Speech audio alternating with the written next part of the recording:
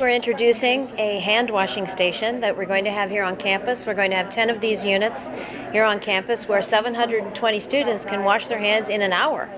So we're doing it in a way that allows the students to feel confident to come back to campus in August to a safe and healthy environment and be able to stay that way. And we want our employees to feel safe and confident because we're all in this together. Mm-hmm.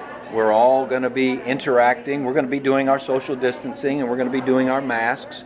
But I think the data shows you, or at least the discussion shows you, that washing your hands is the number one.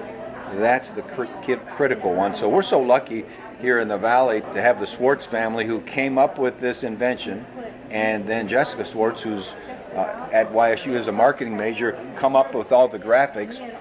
It's pretty cool because you have to read for 20 seconds, and that way you're supposed to wash your hands for 20 seconds. So, we're fortunate. We feel blessed that we have this opportunity to really make our employees and our students and our community confident, because all these people coming onto campus are going back in the community. So we want to make sure we go back into the community very, very safe.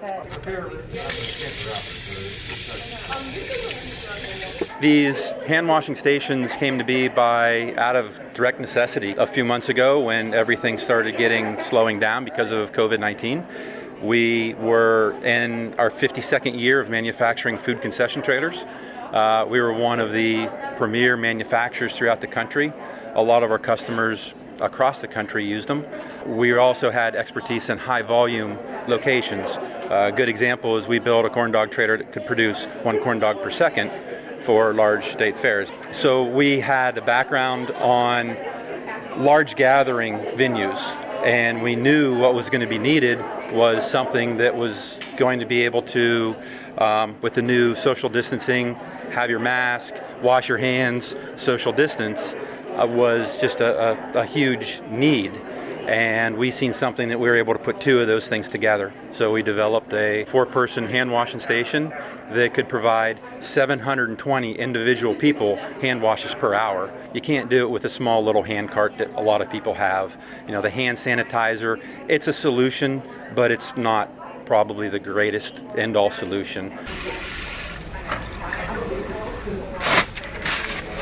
I think the key is making sure we have good discussions about what is it we need from one another. We need people to wash their hands. Now, if they walk by one of these and don't wash their hands, they're not going to be thrown out of school. They're not going to go in front of student conduct because they happen to be late for class and they ran by the hand washing. The same thing with the masks. But I think you can have some fun dialogues in your office when you're sitting there saying, okay, folks, we're back to work. Now, what is it we need from one another? Well, we need to wash our hands. We need to wear those masks. We need to stay, distanced. I think you can have that same discussion in a classroom. You might have someone in the room say, well, I'm glad we've decided as a class to wear our masks because I live with my grandpa and I commute here. I'm going home to my grandpa. This really makes me nervous. And so I think you can have, coming to the agreement and consensus of what's the best thing for all of us is the best kind of enforcement.